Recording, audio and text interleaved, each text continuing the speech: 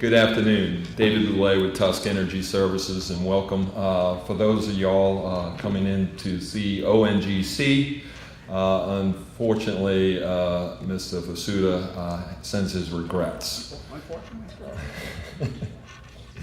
But we are delighted to have a substitute in Commissioner Angel, who has graciously allowed us to have him here today to give us a perspective on some new happenings in the oil and gas business. So I think most people know former secretary, commissioner, representative. He's done many, many great things for us here in Louisiana, and we're delighted to have him here at LAGCOE 2013. Will you please welcome Scott Angel. Thank you, David. I want to first of all say that there will be no PowerPoint presentation today. I think most of you have probably been PowerPointed out, but my real reason for doing that last time I did a PowerPoint in such a distinguished group, the machine malfunctioned. It took 6 state employees for us to get it back up. So, and the fact that we have a speaker from India that canceled and we replaced him with someone from Brobridge is truly a sign of the international diversity of LAGCOE. So, it's incredible. Again, I want to those of you who are perhaps from outside of Louisiana, I want to welcome you to Louisiana, and if there's anyone from outside this nation, want to again welcome you here to Louisiana. We would all know it to be a unique slice of America, right? That is absolutely subscribes to the theory that we can have it all. That at the same time we enjoy some of the best hunting, fishing, camping, hiking, trailing in all of America. We proudly do what it takes every day to fuel this great country. We do it better than anybody else, and we have an eye on the future to use our energy to reshape some of the world politics, and I'll share a little bit about that with you. And again, I want to publicly acknowledge the hundreds of thousands of men and women who put on the hard hats and the steel-toe boots and kiss their families goodbye every morning, who are not here today, but who are somewhere out there doing the hard work. And I think it's appropriate that we publicly acknowledge those folks, and in their absence, we ought to give them a round of applause. So would you join me in doing that? And then certainly when you take a look at how great the turnout has been, congratulations to LAGCOE for, again, another great year. It appears to be record-setting attendance. Congratulations to Mr. Al Thomas for his selection as LAGCOE Louis, a guy who has dedicated his entire life to the energy industry, a well-deserved honor. And so from my accent, you can obviously tell that I enjoy being in Cajun country. I enjoy being at the Cajun Dome with folks who share my passion for a strong domestic oil and gas industry. And many of you recall in 2010, as a result of a crippling moratorium, we gathered in the neighborhood with 15,000 of us. We rocked the Cajun Dome, and we sent a message from the banks of the Vermilion River to the banks of the Potomac River that not on our watch, not this generation, would we ever allow and stand for with one stroke of the pen for a great industry to be shut down forever. And so today, it's appropriate for us to gather in that same neighborhood at this spot to learn, to share, and to reaffirm what we knew then and what is beginning to show up in statistic after statistic, that a strong oil and gas industry equates, no doubt, no question, to a stronger, bolder, brighter, and freer America. And again, what a beautiful autumn October day, right? This third week of October. Fabulous, fabulous fall weather in the air. And certainly for many of you, certainly for me, the absolute best time to be in Louisiana to enjoy football, food, family, festivals, hunting, and a chance to touch some of the best natural resources that the sportsman's paradise offers. And I'm very, very proud to be in Louisiana. I'm very, very proud to represent many of you in a role that I do in state government. And in a lot of cases, we need to be better ambassadors for our great state because it's a great place to live, work, and raise a family. What a heck of a run it's been for all of us. We've gone from 2005 when oil was trading at $42 and natural gas was at $5.50. We watched oil go all the way up to $149 on Independence Day, July 4th, 2008. And we thought there was no end in sight to rising prices, yet by Christmas of that same year, we were down to $36. We saw it rise up to the 80s, fall back into the 70s, and now stabilize somewhere around 100. We witnessed natural gas peak at $13 for that same Independence Day in 2008. all the way down to $1.87 for Labor Day 2009. And after flirting with $6 gas in 2010, we haven't seen $4 natural gas in a long time. But that's not all. During the same period since 2005, due to an imploding national economy, many of our states went from $1 million surplus to $1 million deficit. But that's not all. A lot of ups and downs here in Louisiana. Our industry and people survived 4 major storms: Katrina, Rita, Gustav, and Ike. We have heard as a people of carbon capture, cap and trade, climate change, global warming. We've heard of renewables, alternatives, hydrokinetics, wind, solar, biodiesel. In the last few years, we've gone from drill, baby, drill, to an oil spill, a static kill, a top kill, and then a final kill. During the same few years, we witnessed the implosion of the automobile and housing industries, financial markets at near collapse, credit freezes, government shutdowns. We went from importing LNG to now exporting LNG. We went from vertical to horizontal drilling. We went from fricking to fracking. We went from a moratorium to a permitatorium. We even learned a new phrase in America, too big to fail. But through it all, after 43 years in football purgatory, we finally got us a Super Bowl champion in New Orleans. Can I get a hallelujah or amen for the last? Now that's better than a PowerPoint. Nothing that you learn in that last segment to make you any money or go back to the office and get any real benefit, but it's a lot more fun than a PowerPoint. So let me tell you what I see from the energy side. I can tell you there's absolute a revolution going on in America. You already know that. You feel it, you see it, you read about it. Perhaps what you don't know, that it represents the #1 opportunity to grow our nation's economy in ways not recently seen. That's not even debatable. Since 2007, non-farm employment is down in America 2.6%, while oil and gas employment is up 38.6%. We are indeed changing the landscape of America. If you take energy employment growth out of the equation, American economy would certainly be more so in the ditch than it is today. It's nothing short of a game-changing seismic shift. I think that's a very overused word. Game-changing is something I hear about. I think it's overused. I can tell you right, in this instance, I absolutely believe it is the absolute right phrase to use. We do have a game-changing seismic shift, obviously due to the perfection of what hydraulic fracturing, horizontal drilling techniques, and deep water technology. Perhaps not a seismic shift that has been seen in exactly 40 years this week. Anybody know what happened 40 years ago this week? Result of the 1973 oil embargo, right? In response to the U.S. support of Israel in the October War, essentially banning exports to America and eventually Western Europe and Japan, resulting in a quadrupling of oil prices. That indeed was a seismic event some 40 years ago, and now 40 years later, things are rumbling again, but perhaps this time in favor of America. A couple of observations I'll share with you. Where we've come from, Daniel Yergin tells us that during World War II, 6 of 7 barrels of oil used by the Allies came from the U.S. After World War II, we became a net importer of oil, and in the 70s, we became a huge importer of oil. Yet, having said that as a backdrop, yet this year, for the first time since 1995, the U.S. will produce more oil than it imports. Fracking and horizontal drilling have helped drive a 58% increase in natural gas reserves since 2007, cut the price of natural gas by nearly 3/4, and sparked more than $120 billion of U.S.-based investment last year alone. We've gone from importing 60% of our crude in 2005 down to 42% today, and along the way, the Boudreaux and the Thibodeaux and the Cheramis and the Collies and everybody that participates, we together have shaved $32 billion off the nation's trade deficit. Shale gas, once accounted for 2% of U.S. production a decade ago, is now somewhere around 35%. We became a net exporter of petroleum products, right? A net exporter of petroleum products 2 years ago, and now we are the largest exporter of petroleum products in the world.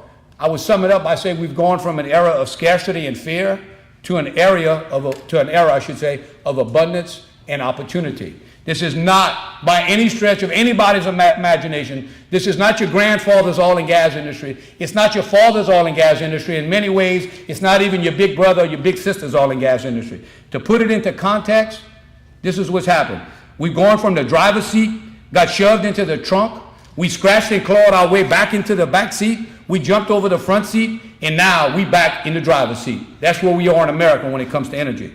So much that a couple of weeks ago, the Wall Street Journal said that, quote, U.S. is now the world's largest producer of oil and natural gas, a startling shift that is reshaping markets and eroding the clout of traditional energy-rich nations, unquote. The Energy Information Administration says, quote, this is a remarkable turn of events. This is a new era of thinking about new market conditions and opportunities you wouldn't think about in a million years. Let me repeat that. This is what the Energy Information says. Use the words remarkable, new era, new market, new opportunities that you wouldn't have thought about in a million years. What an opportunity our generation has. Since 2009, the graphs have definitely crossed. We're now drilling more horizontal directional wells than vertical wells, which was once an exception, is now the new normal, and is producing benefits like no other. Almost all of the states that are outperforming the national economy are the energy producing states that are embracing hosting these new technologies. Again, just to illustrate the seismic shift, in 2003, the number one economist on the planet, Alan Greenspan, number one economist, the chairman of the Federal Reserve, testified to Congress that we didn't have enough natural gas in America to fuel our economy, and we needed to embrace the permitting and importing of LNG from foreign countries. You heard Jason talk about that earlier. Now, less than a decade later, we are sitting on a 100-year supply of natural gas, and we are again now seeking to export it. Again, all due to technology, not to the government. Not to the government. The government had nothing to do with this. This is all men and women, bright men and women, working, coming up with new technologies and putting those technologies to work. And again, through hydraulic fracturing and horizontal drilling techniques, we're changing the world. And we might add, why is this all important to America? I mean, I know it's important to Lafayette. I know it's important to Louisiana. You might be interested in knowing that Lafayette Parish has the highest percentage per capita of direct oil and gas workers anywhere in the nation. So I get it. I understand that it's important over here. You know, this is the Kool-Aid drinkers. This is the red meat crowd. I understand that, okay? Part of our job is to talk to people who don't necessarily agree with us. So I want to put a little bit of meat on that bone. You see, I'd ask, why is this important to all of Americans? You know, whether you love or you hate an oil company. And we'll talk a little bit about what is an oil company in a little bit. You see, since 1972, we've had 6 recessions in this country. And each one of those recessions have been preceded by a spike in energy prices. A 50-cent increase in the cost of a gallon of gasoline cost our American economy $1.3 billion a week. Simply, I think the observation would be, as goes a out-of-control spiral of crude oil prices due to over-the-top regulation and restricted access to resources, so goes the downward performance of our economy. And I think we saw that. We lived it in 2008. I said it was 149 in July of 2008. In October or November in 2008, the Hummer line was shut down. We don't have a Hummer line in America because of those high crude oil prices at that time. And I say these things because I don't think they necessarily represent opinion. I think they represent the facts. Facts shouldn't be debatable, right? I think what we need to do is recognize, number one, and be that generation of Americans that get it, and then begin to work on executing public policy that allows us to have the access that we need to those resources. In the meantime, what a wonderful thing. We create millions, thousands of jobs, you should say, and the trade imbalance that I just talked about would be forever solved, perhaps. Again, affordable energy, a couple of things to think about. Affordable energy, not necessarily cheap energy, but affordable energy is what led the way for development and expansion of America following World War II. Think of the automobile industry. You know, if I was a union guy in Michigan, I would be for every energy company I'd get my hands on. You think about how many cars have been sold in America since World War II. You begin to understand that they've been all fueled by gasoline, diesel, right, hydrocarbons. And it's a great story to tell that folks who don't necessarily think like us, perhaps connected to us in ways that they don't even recognize. When you think of the entire travel and leisure industry, you think of airports, you think of all of that. You think of Florida, 75 million people a year visit Florida. That's 3 times the number of people that come to Louisiana. We get about 24 million people a year here in Louisiana. Florida, 75 million people a year. And I haven't seen a solar-powered truck yet, so I think all of those people are getting there either by jet fuel or by gas or diesel or some other hydrocarbon. I mean, Florida really depends in a lot of ways, right, on a real affordable, not cheap, but affordable energy. And if you think of Florida before, maybe 1950, Florida was a beautiful area, some really nice beaches and some pine trees. But do we know what made Florida the electoral and economic superpower it is today? It's the invention of one thing.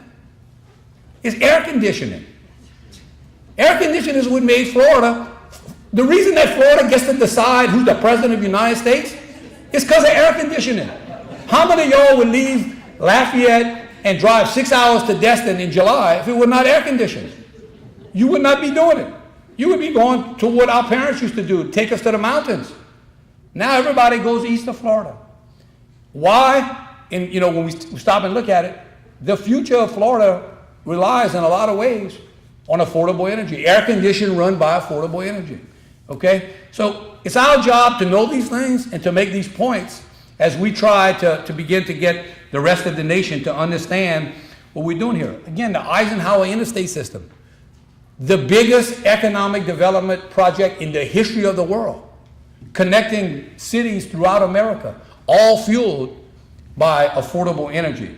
From my standpoint, I'm confident that the energy sector of our economy, and I'm seeing all forms of energy, not just hydrocarbons, I think have contributed more to producing a robust America than any other sector of the economy.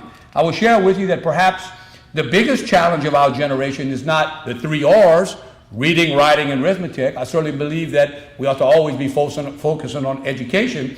But I think our biggest challenge is convincing American public policymakers that the rising tide that we have offered America, the rising tide for the last 5 years that is coming out of the investment of oil and gas industry, that rising tide is in fact a sustainable tide. We can continue to do this for America. We can continue to create the jobs. We can continue to be that sector that provides opportunities. But we got to not just focus on the 3 R's, right? Reading, writing, arithmetic. We perhaps need to focus on the 3 E's. And that is a balance of energy, environment, and economy. And in that equation, I think if we can try to find a balance between those 3. I don't know of a person in this room that doesn't enjoy a nice day at the lake house or something on the beach or fishing. We all good environmentalists, but somehow, some way, that got lost along the way. We've been defined as people who don't care about the environment. I'm sure everyone over here prefers to drink clean water and breathe clean air. And yet, we let people define us. We need to get on the offense there. When you stop and think about it, I heard Jason mention this. Just yesterday, I think it was, the Energy Information Agency announced that the switch from power plants run by coal to power plants that are now fueled by natural gas is what's behind a 3.8% drop in U.S. carbon dioxide emissions in 2012. Now, if all of you don't get that talking point down and email every friend that you have across America on your email list and say, because of the investment in the drill bit, we just made the environment better. That's exactly what happened. But somehow we kind of go through, well, we did this, and then maybe something else happened over here. It's not debatable.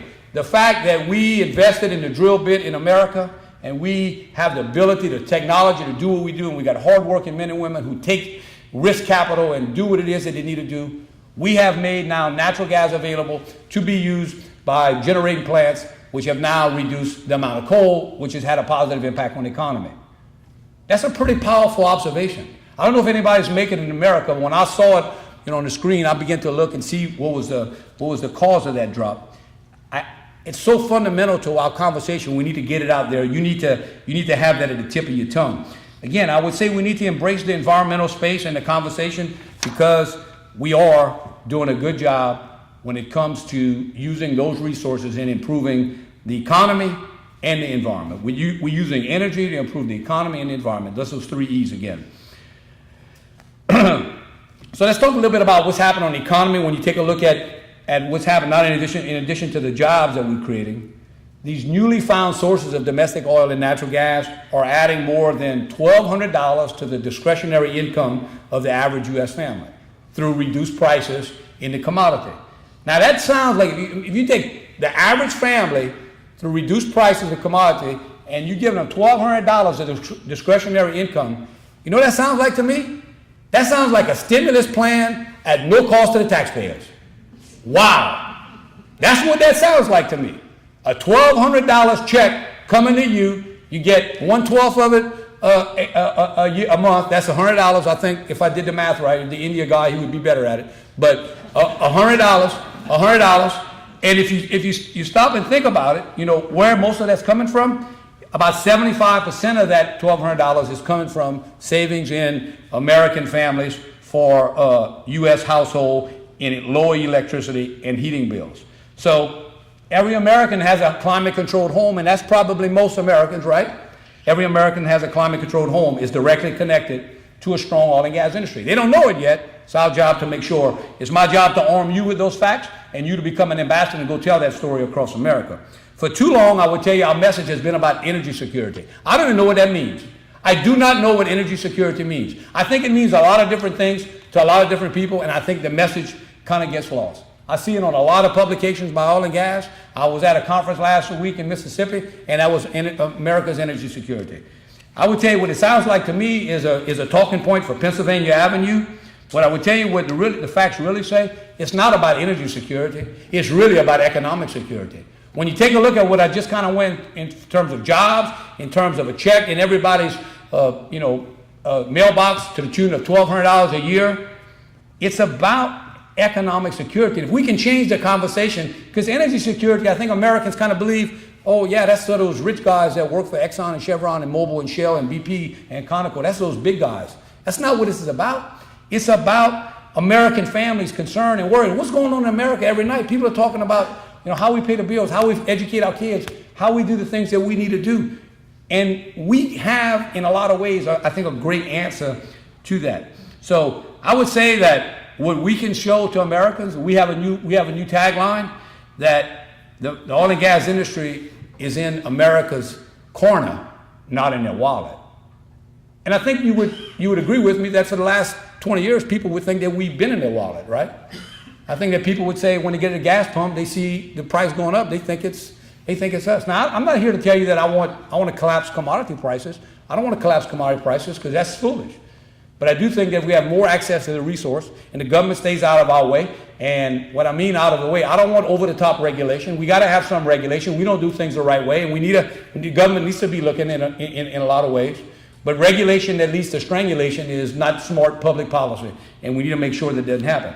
And again, everything so far I've been kind of telling you is about the drill bit, right? And while it's important to know that all the things that I've just talked about would not have happened without drill bit investments, the most wonderful thing about this, it's not just the people who invested in the drill bit who are getting it, who are making it, who are seeing the benefits.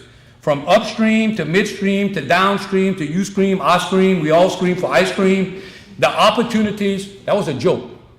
All right, good. I thought I lost y'all right here. All right. The opportunities are wide and deep. Just in Louisiana alone, it has become a game changer for the petrochemical business. Sunfuels in Alexandria, Methanex in Ascension, Sasol and Magnolia in Calcasieu, G2X Energy in Southwest Louisiana, Mosaic Company and Nucor Steel in St. James, CF Industries in Donaldsonville, BASF in Geismar, Nucor Steel in St. James, Union Pacific, Cheniere, Sempra LNG. Additionally, Shell just recently announced their preliminary plans to build its own GTL gas to liquids facility right here in Louisiana, which they say is going to bring 10,000 construction jobs. 10,000 construction jobs. That's incredible. I mean, what a wonderful thing that would not have happened. This project wasn't even on the drawing board 5 years ago. Who builds something that takes 10,000 jobs that was not even, people weren't even talking about across America 5 years ago? That's how seismic these things are. I think we're seeing refineries on the Gulf Coast expanding their diesel production capacity, not so much for truckers in the U.S. When I talk to folks at Marathon, they telling me all this stuff is going to Mexico and Chile. What a wonderful thing to be a nation of exporters. Our grandfathers had a nation, we built things and we sent it across the world. Then we became a nation of consumers and services. Now, wow, the oil and gas industry, something that's, all American, red, white, and blue, cowboy hat. The little boy was, Chenier Energy, I thought they were great. The little boy up there with the cowboy hat and the flag, like, you go get it, man. Unbelievable. That's America right there, right? So when you stop and take a look at what's happening with Valero, the world's largest independent refiner, they're completing 2 new hydrocrackers, one last year in Port Arthur, which is basically western Louisiana. If you have been to Port Arthur, I mean, the names, the Boudreaux and the Fontenot and the Guillerys are unbelievable over there. And then another one this year in St. Charles Parish. Again, Marathon has told regulators that it is fact speeding up the expansion of its hydrocracking unit at its Garyfield refinery. And again, all this due to this unbelievable supply. What a wonderful opportunity. Again, to put it into context, with limited access to the resource to conventional plays, natural gas in 2008 was $13. And let me tell you what's happening in the summer of 2008. I can get you headline after headline after headline. Dow Chemical laying off. Georgia Gulf shutting down. Everybody moving to the Middle East, or third world countries perhaps that have gas, right, at 25 cents a MCF. It's a stranded asset. They don't want to be there because of the geopolitical concerns, but, perhaps when you get to 13, you only stomach so much. And now what we see, perhaps every 2 weeks or 3 weeks, there's an announcement out of the Department of Economic Development about somebody spending $1 billion. $1 billion investment doesn't even shock us anymore. I remember 5 years ago, you spent $1 billion in Louisiana. We follow you around and set your table, put your red carpet, do whatever we got to do. Now it's $1 billion. This is $1 billion. Don't even call home to mom. I'm just joking, but it's unbelievable what's happening on the river. It's crazy. An analyst with Again Capital said that, quote, this is all of America, while we were once the breadbasket of the world, we are now the refiner of the world. What about great jobs here in Louisiana, Texas, New Jersey, people that get it? With all of this comes the opportunity to reshape the globe, right? Trouble spots across the globe, ones that have been at the epicenter of our national security for generations, perhaps may recede in importance. Names like Permian, Bakken, Haynesville, Barnett, Marcellus, and Eagle Ford are more than unconventional plays. They represent the single and best opportunity for America to move the needle in the right direction for rebalancing energy flows and reshaping geopolitical landscape. The men and women with hard hats out there could hardly believe that what they do every day now is beginning to put us in a position that we negotiate differently across the table from folks across the world, and that perhaps our military intervention in a decade from now, or 15 or 20 years from now, would be a little different because of what we're doing in Louisiana and America's oil and gas industry. Now that's really seismic. That's incredibly seismic. And at the end of that, if that was the end of the story, and I'm beginning to wrap up here, but if that was the end of the story, it would be a great story. If that's all it was, it would be a great story. But some 3 years after the Macondo blowout, enduring a moratorium, a permanentorium, and the fear that that regulation would lead to strangulation, we have demonstrated that deep water is back. And while we're not where we want to be, we have more rigs working in the Gulf of Mexico today than we did at the time of the blowout. The drill ship order book is full. Expect in the next 3 years perhaps to have about 50 rigs. I think we had 48 as of last Friday working in the Gulf. I understand perhaps in 3 years that number may be up to 70. And I'm pleased to have worked with Americans along the way, together in the spirit that we did, starting with that event at the Cajun Dome, that we've all contributed to a positive trend in that. And again, to put it in order, in some context, in 2008, if you talk to folks in the oil and gas industry, deep water, they would tell you they were pretty busy.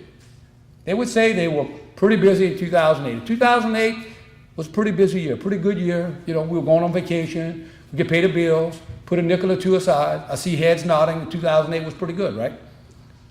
Capital expenditures in the Gulf of Mexico in 2008 were $11.9 billion. So let's round it up to $12 billion for 2008. They contracted to $6.5 billion for the moratorium year in 2010. So again, we had $12 billion in 2008, contracted to $6.5 billion in 2010. And in 2013, we're on a pace to do $15.7 billion worth of capital expenditures in the Gulf. Okay? A 30% increase over what was a busy time in 2008. So if you're in here and you're in deep water and your phone's not ringing, You need to go look in the mirror, because everybody's phone's ringing right now, right? I got a tough crowd, man. Yeah. This is what happens when you fill in at 2:15 for somebody that y'all wasn't expecting, right? Again, that bodes well for anybody that's in exploration, navigation, transportation, fabrication, distribution, you name it. Share a little story with you what happened in 2010. I was asked by the governor to be the point man to go ahead and get the moratorium lifted, right? So here I was serving in an interim capacity as the lieutenant governor. Mitch Landrieu had just got elected as mayor of New Orleans. He resigned. The Constitution requires that the governor name a lieutenant governor, and both houses have to confirm. So I went through that process, and I thought I was basically going to go around the state and kiss mamas and babies and cut ribbons, and that's what a lieutenant governor does, right? Well, I get, he said, no, I need you to go out there. You're gonna have to be the guy that's gonna convince the White House that they need to lift this moratorium early. I'm like, oh yeah, I got a shot. And so, I'm glad I didn't know this before, but anyway, so, no, we worked real hard, and I got a phone call one day from a guy, and he said, Scott, it looks like we're gonna be working together. I'm like, who is this? He said, this is Tom Lilly. I said, Tom Lilly, Tom, you from Breaux Bridge? He said, yeah, I'm Tom Lilly from Breaux Bridge. I said, what happened? He said, I just got hired as the chief of staff to Director Bromwich. Director Bromwich at the time was head of what was, I think, BOEM, and went through a couple of name changes. So the number one regulator of the offshore oil and gas industry, Michael Bromwich, his chief of staff. Now look at me, there's 300 million people that live in America. And he hires a chief of staff for Breaux Bridge? I'm thinking things are looking up, right? We living right. And I'm saying to myself, Tom, I said, Tom, yeah, that's unbelievable. And I'm one of 9 children. And in those days when, things broke, your refrigerator broke, or your freezer broke, or whatever, you would call a appliance repairman. You wouldn't run down to Walmart or wherever the case would be, Western Auto, and get a new one. You'd get your electrical appliance repairman to come fix it. And Tom's dad was our electrical appliance repairman. And with 9 kids, everything was breaking all the time. I said, Tom, I didn't want to tell you this. If I didn't know any better, I thought your dad was sleeping with my mom. It was unbelievable. You're always at the house. You're always at the house. He said, I said, look, man, I get it. I'm so thankful. Now, look, I want to let you know, Tom has been incredibly loyal to his employer, but you have to agree that he had to do his job, I had to do my job. But we both knew that those jobs were not mutually exclusive, that we could find some common ground to work. And, we lifted the moratorium a month and a half early. It was lifted at the 4.5 month period instead of the 6 month period. We went through the permitatorium, and we continue to meet. It's not in my job duties, but I continue to volunteer in the role I am because of those relationships, and we go up on a regular basis and visit. We have now a new director, been through 4 directors. The director at the time of the McConnell event, then Director Bromwich, then Director Watson, and now Director Salerno. Been through them all.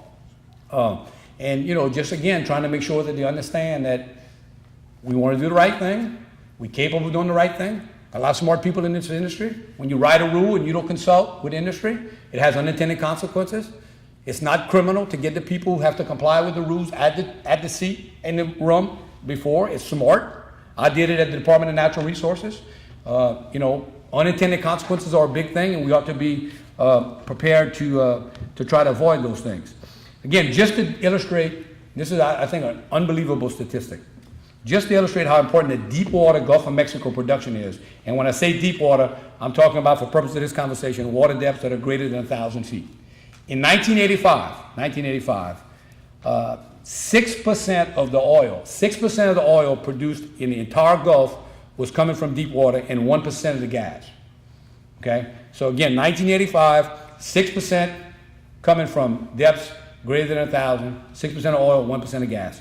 25 years later, 81% of the oil produced in the Gulf is from deep water, and 40% of the natural gas.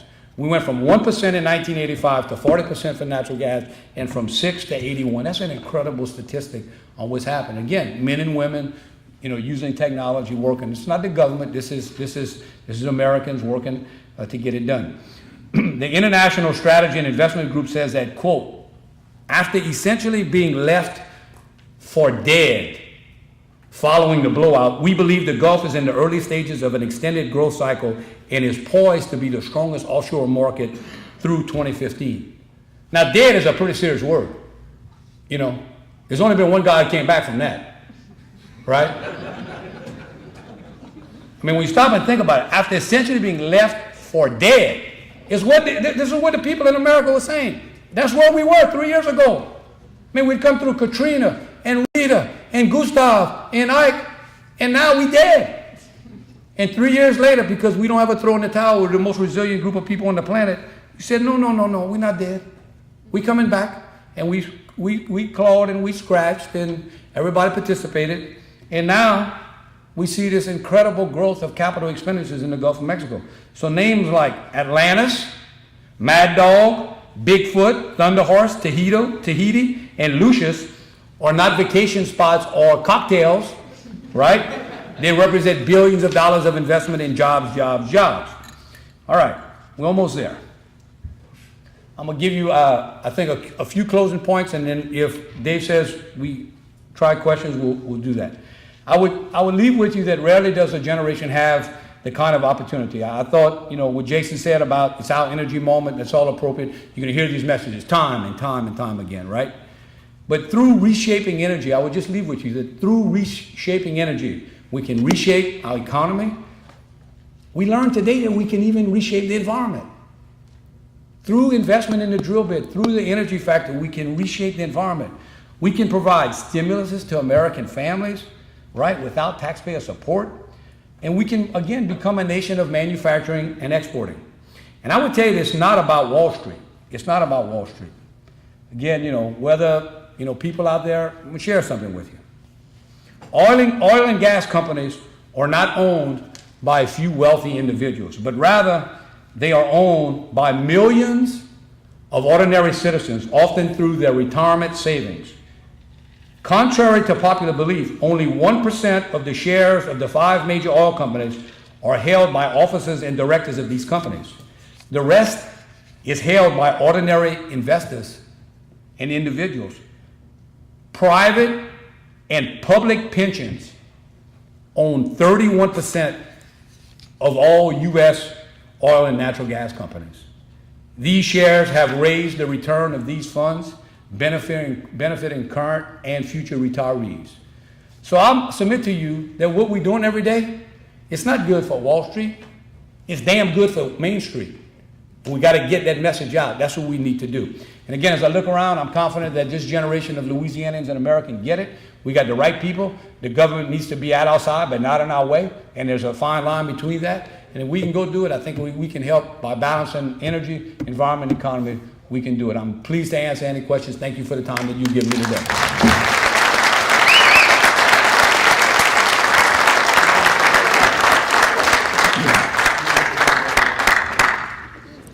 Wow, what a great comeback from the permatorium discussion we had a couple years ago. I'm always excited, and we are excited about ONGC possibly showing in 2015. So one thing I want to just point out to mimic Commissioner Angel's comments, Louisiana is an energy state, but it's on a scale of Texas and California, 2 of the largest states, largest populations, 3rd in America in energy intensity.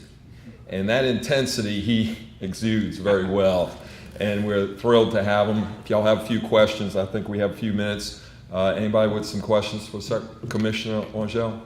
Yes, sir. At what point do you think the environmentalists are going to get it and join on board with the energy industry that is actually promoting their agenda? I think that's impossible that they would ever get to that point, but a couple observations I would share with you. A couple observations I think worth noting. I think we have to go back to the summer of 2008. And if you were an anti-hydrocarbon person in America, the stars just aligned for you. You had $149 oil, right?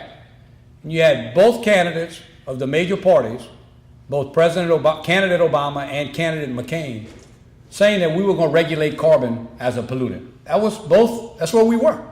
If you had $149 oil and $13 natural gas with regulation of carbon coming down from Washington, at that point, alternative opportunities had matured. It was their time. And what ended up happening, obviously the nation's economy imploded and we saw what happened.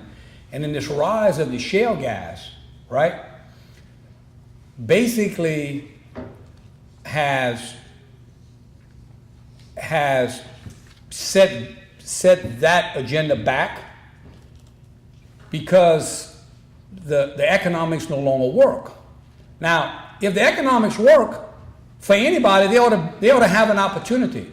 But when the government ought to not decide, the winners and the losers, okay, to pick the winners and the losers. And so if their economics work, then I think there's a place for them. But when they don't, there ought not be an artificial place for them, right? And so what I began to see happen after 2008 was to switch the fight, not so much about oil and gas, but on this whole fracking deal. Because really, when you stop and think about it, if you really, really, really are committed, you have signed on to alternatives and renewables to the exclusion of hydrocarbons, natural gas, the fracking of natural gas has changed the landscape. And so what they begin to do is say, well, we can't compete because, natural gas is going to be better than coal, it's going to be better than this, and so on and so forth. It's cheap, so we got economics working, we got environment working. They begin to attack the process by which we get it. And so the whole fight has now been about the EPA looking at, well, we ought to outlaw fracking, right? So if you can't beat the candidate, what we do in America, you get as much mud and you just throw all you can against them, right? Well, that's what they're doing. There have been over 1 million wells that have been fracked in America, not one single documented case of groundwater contamination, okay? We ought to take it serious. None of y'all want groundwater that's contaminated, right? I sure don't. I got 5 kids. Nobody wants that. And so, but, so in my mind, I think that what they're now doing is changing the fight to go after the process by which we get it. Because imagine if all what I just said, if hydrofracking would become a prohibited practice in America, I'm not qualified to speculate what the price of natural gas would do, but I imagine it would go up $5 overnight, and all those investments that I just talked about and all the opportunities are done. So if you can't beat the quality of the candidate, go attack it, and that's, I think, where their efforts are. Anybody else? Yes, sir. I'll let you go first. Okay. Go ahead. Where do we stand on the lawsuit on the erosion? That's ridiculous. Yeah, what I would comment on that is I haven't seen that lawsuit. I would tell you that I saw recently where the governor made some appointments that are more favorable to a pro-business state that says, look, there's a lot of blame that perhaps go around here. We're not going to create a place where people want to live and work and play if we go about it, doing it in the way that was done. So I think the legislature is kind of excited about looking forward to perhaps taking up some measure that has some impact on that type of litigation. I'd pay attention to that. I think that's going to be probably a big fight next year. The governor's made it very clear that he's got a problem. I think the majority of the legislature has expressed it as well. Yeah, yes, sir. Commissioner, with regard to the discussion about alternative energy versus hydrocarbons, has it ever been brought up, not necessarily to the government fight, but more or less to those people that need to be educated about the issue of land grabbing? Mm-hmm. And what I mean by land grabbing is obviously power plants and things like that that are powered by hydrocarbons. There's a much smaller footprint mm-hmm. there mm-hmm. than those that say have to use solar farms or wind turbines or something. Has that ever been brought to the table? I'm sure it has, but I would tell you that much like if someone from the wind energy business came here and would tell us that what y'all doing is not right and all those things, I'm assuming we would be like, you know, and so, you know, if you believe what you believe and facts don't matter, then there's not a whole bunch that intelligent people can have those conversations. You know, I think there's some people in the middle that are paying attention to that and kind of listen. You know, it was interesting. I saw a USA Today article that in California they were saying how the windmill. And look, I'm from all of the above generation. All right, wind, solar, biodiesel, get it wherever we can. But you got to better pay for it. It's got to be in the money. But it was something in California where it had a whole bunch of windmill farm, and a group was complaining that the migratory birds were getting, you know, chopped up, filet, right? And I was like, you know, here's the wind with no emissions. It's free, right?